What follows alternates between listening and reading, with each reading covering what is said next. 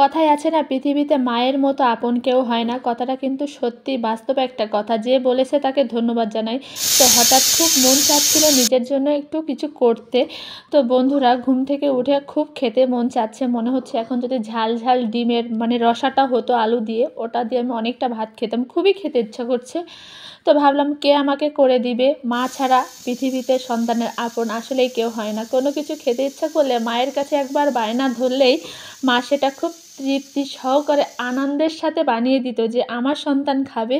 কিন্তু এখন মা থেকে অনেকটা দূরে থাকি। এখন কে আর বানিয়ে দেবে। নিজের খেতে ইচ্ছা করলে খেতে ইচ্ছা করতেছে আজকে অনেক দিন ধরে, তাই আজকেই ফাইনালি বানিয়ে এটা ফেললাম। তাই ক্যামেরাটা কিন্তু আমার ছেলে করে দিচ্ছে আমাকে। তো একটু ব্যাকগ্রাউন্ডটা খারাপ আসছে, আপনারা ওটা একটু ইগনোর করবেন। এই যে এখানে ডিম আলুগুলো সুন্দর করে আমি প্রেশার কুকারে সিটি দিয়ে এখন গুছিয়ে নিচ্ছি। মশলা বের করে রেখেছি। ডিমগুলো হালকা একটু চিড়ে চিড়ে নিয়েছি যাতে মশলাটা ভিতরে ওর ভালোভাবে যায়। তো বন্ধুরা, যেটা বলতেছিলাম, যখন মন চাইতো যেটা খাইতে মাকে বলতাম, একবার বলার সাথে সাথে মা বাবাকে বলতো ওটা এনে দিতে, বাবা এনে দিত, ওটা বানিয়ে দিত। যদি বলতাম মা আজকে দুপুরে আমি মাংস দিয়ে ভাতই খাবো, তা মা বাবা যে করে হোক ওটা ম্যানেজই করবে। তো যাই হোক, মায়ের মতো আপন পৃথিবীতে সন্তানের ক্ষেত্রে আর কেউ হয় না। তো বন্ধুরা, এই যে সব কিছু দেখতে পাচ্ছেন, মশলাটা সুন্দরভাবে কষিয়ে নিয়েছি। আর যেহেতু সব সিদ্ধ করেই নিয়েছি আগে থেকে, রান্না করতে খুব একটা বেশি দেরি হবে না। ওইদিকে আমার ছেলে আবার আমার কাছে বায়না ধরেছে, মা একটু মালপোয়া পিঠা বানিয়ে দাও, একটু খাবো।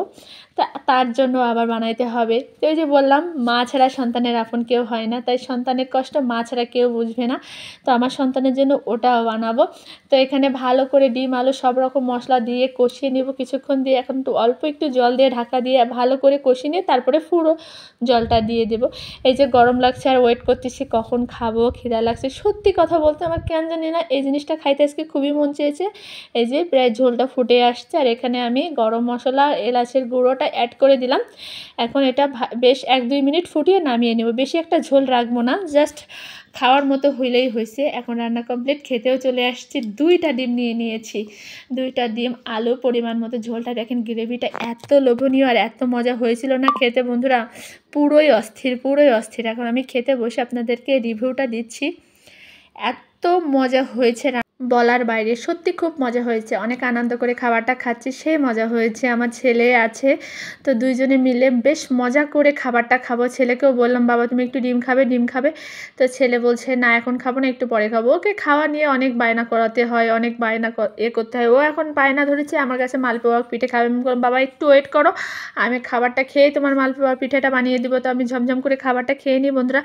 সত্য কথা বলতে আমি আবারও ঝোল আলু তরকারি নেবই। এতটা মজা হয়েছে আমি আপনাদেরকে বুঝাইতে পারবো না। আর ডিম তো নিয়ে নিয়েছি 2টা। আমি সাধারণত 2টা ডিম একসাথে খাই না, হয়তো বা একটা খাই। কিন্তু আজকে এত খাইতে মন চাইছে যে 2টা ডিমই নিয়ে নিয়েছে। এখন তাড়াতাড়ি আপনাদের সাথে কথা বলে ডিমটা খাওয়া শেষ করে, খাবারটা শেষ করেই আমার চলে যেতে হবে চুলার পরে। আমার কোনো রেস্ট নেই, এখনই চলে যাবো আবার ছেলের জন্য পিঠা ভাজতে। তো কথা বলতে বলতে কিন্তু পিঠা বানানো প্রায় অর্ধেক হয়ে গেছে। আর এখন আমার ছেলেকে বললাম বাবা গরম গরম একটু খাও। তো সে বলছে মামনি একটু জুড়াক তারপরে খাবো।